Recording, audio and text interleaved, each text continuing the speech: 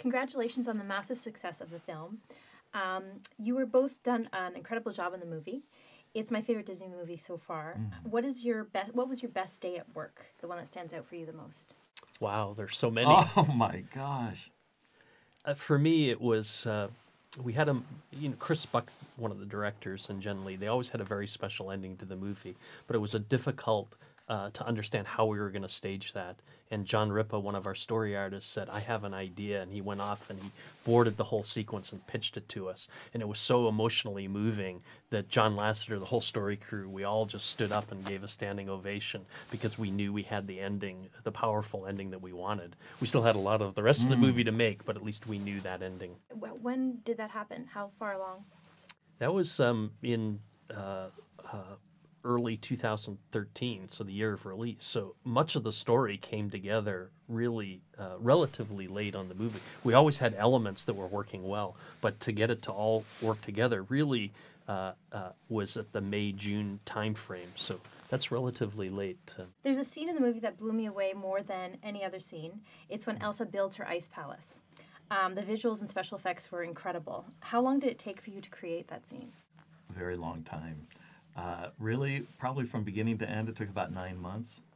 A very long time. That was a really intensive scene to work on. And, it was incredibly collaborative.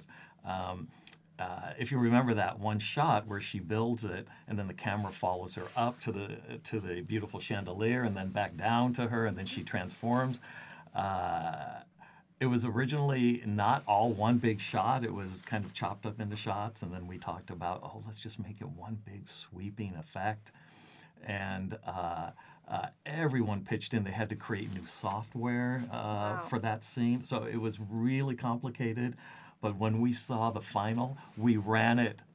Oh my gosh, we must have ran that scene about 20 times. Even we were mesmerized, and we had worked on it from day one. And it was amazing, because in the script, I think it just said, Elsa builds a beautiful palace. That's so right. A lot of it was the hard work of Mike, the crew, just to realize it all.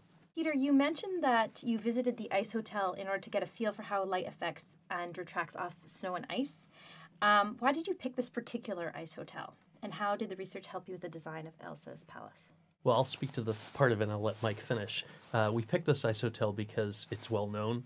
We heard a lot of great things. John Lasseter had actually visited, not specifically Frozen related, but he happened to be in Canada and came to the ice hotel. And he said, you have to go see the ice hotel. We also, with the internet too, we were able to see images and thought it was really important. So Chris Buck came up, then Mike, you came up with your art direction team, and Moet, or your lighting team. Can you tell us a little bit about how the art process for the film came about? Where did you find your inspiration for Arendelle? I know that you mentioned that it's in Norway, but was there a specific town in Norway that inspired you?